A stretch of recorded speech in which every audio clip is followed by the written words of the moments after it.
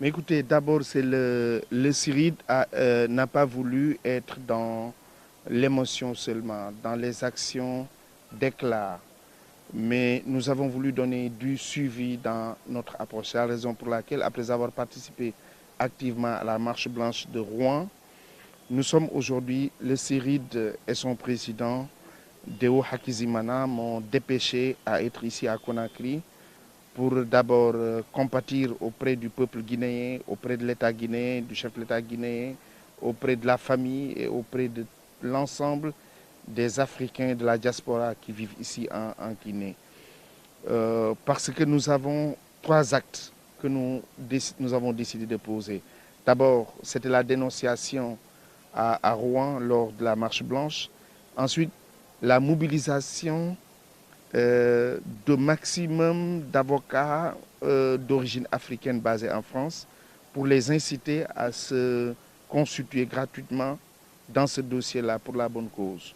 Mais l'autre élément, c'est qu'au moment où je vous parle, mes collègues à Genève sont en train de rédiger une pétition et notre objectif, c'est de la faire signer à au moins une quinzaine de chefs d'État africains pour pouvoir porter cette pétition au niveau du Conseil des droits de l'homme pour que ce genre d'acte, ce crime négrophobe, il n'y a pas un autre mot pour le qualifier, c'est parce que c'est tellement léger, c'est tellement gratuit, c'est tellement abject, c'est tellement gratuit que l'AFCADIO même n'aurait pas posé un tel acte sur un individu, un être humain.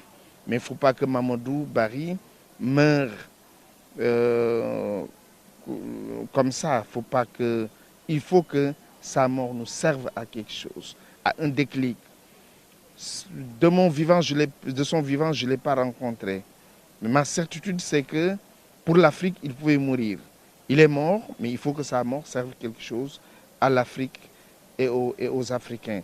Sans revanche, sans rancune, sans rendre le mal par le mal, mais il est grand temps de se mobiliser autour de l'essentiel. C'est ça qui justifie ma présence ici